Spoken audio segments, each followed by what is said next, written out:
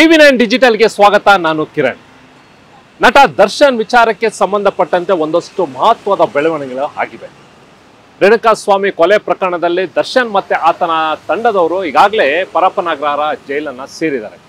ಇನ್ನೊಂದು ಕಡೆ ಪೊಲೀಸರು ತನಿಖೆಯನ್ನ ಡೀಪ್ ಆಗಿ ಮಾಡ್ತಾ ಇದ್ದಾರೆ. ಹೊಸ ವಿಚಾರಗಳು ಈಗ ಹೊರಗಡೆ ಬರ್ತಾ ಇದೆ.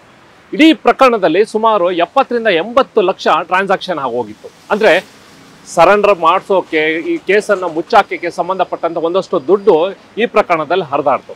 ಅದರಲ್ಲಿ 40 ಲಕ್ಷ ಈ ಪ್ರಕರಣದಲ್ಲಿ ಒಬ್ಬ ವ್ಯಕ್ತಿ ಬಂದು ದರ್ಶನ್ ತಂಡದವ್ರಿಗೆ ಕೊಟ್ಟಿರ್ತಾನೆ ಅನ್ನೋ ವಿಚಾರ ಈಗಾಗಲೇ ಸಂಬಂಧಪಟ್ಟಂತೆ ಬಯಲಾಗಿತ್ತು. ಅದನ್ನು ಕೂಡ ಕೋರ್ಟ್ಗೆ ತನಿಖಾಧಿಕಾರಿಗಳು ರಿಮೈಂಡ್ ಅರ್ಜಿಯಲ್ಲಿ ಸೇರಿಸಿದ್ರು. ಹಾಗಾದ್ರೆ ಈ 40 ಲಕ್ಷ ರೂಪಾಯಿ ಕೊಟ್ಟವ್ರಿಗೆ ಯಾರು ಅನ್ನೋ ಒಂದು ಪ್ರಶ್ನೆನ ಪೊಲೀಸರು ತನಿಖೆ ಮಾಡಿದಾಗ ಅಂತಿಮವಾಗಿ ಸಿಕ್ಕಿದ್ದು ಮೋಹನ್ ರಾಜು ಅಂತ. ಈ ಮೋಹನ್ ರಾಜು ಯಾರು ಅಂತ ಅಂದ್ರೆ ಬೆಂಗಳೂರಿನ ಡೆಪ್ಟಿ ಮೇಯರ್ ಆಗಿದ್ರು. 4-5 ವರ್ಷದಿಂದ ಅವರು ಡೆಪ್ಟಿ ಮೇಯರ್ ಆಗಿದ್ರು. ಅವರು ದರ್ಶನ್ನ ಆಪ್ತರು ಕೂಡ.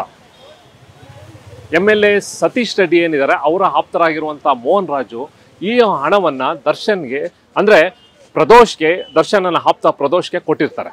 ಈ ಒಂದು ಕೇಸಲ್ಲಿ ಯಾಕೆಂದ್ರೆ ಇಮಿಡಿಯೇಟ್ 1-2 ದಿನದಲ್ಲಿ ಸಾಕಷ್ಟು ಹಣ ಬೇಕಾಗುತ್ತೆ. ಯಾಕೆಂದ್ರೆ ಸರೆಂಡರ್ ಆದವ್ರಿಗೆ ಒಂದಷ್ಟು ಹಣ ಕೊಡಬೇಕಾಗುತ್ತೆ, ಅವ್ರಿಗೆ ಒಂದಷ್ಟು ಡೀಲ್ ಆಗಿರುತ್ತೆ. ಆಗ ಸಂಬಂಧಪಟ್ಟಂತೆ ಅರ್ಜೆಂಟಾಗಿ ಕ್ಯಾಶ್ ಬೇಕಾಗಿರೋದ ಕಾರಣ 40 ಲಕ್ಷ ರೂಪಾಯಿನ ಮೋಹನ್ ರಾಜು ಅವರು ಕೊಟ್ಟಿದ್ದಾರೆ ಅನ್ನೋದು ಈಗಾಗಲೇ ತನಿಖೆಯಲ್ಲಿ ಬಹಿರಂಗವಾಗಿದೆ.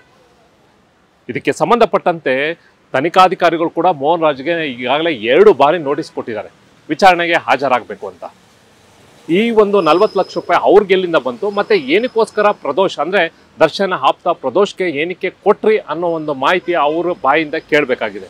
ಹಾಗಾಗಿ ವಿಚಾರಣೆಗೆ ಹಾಜರಾಗಬೇಕು ಅಂತ ಈಗಾಗಲೇ ಪೊಲೀಸರು ನೋಟಿಸ್ ಕೊಟ್ಟಿದ್ದಾರೆ.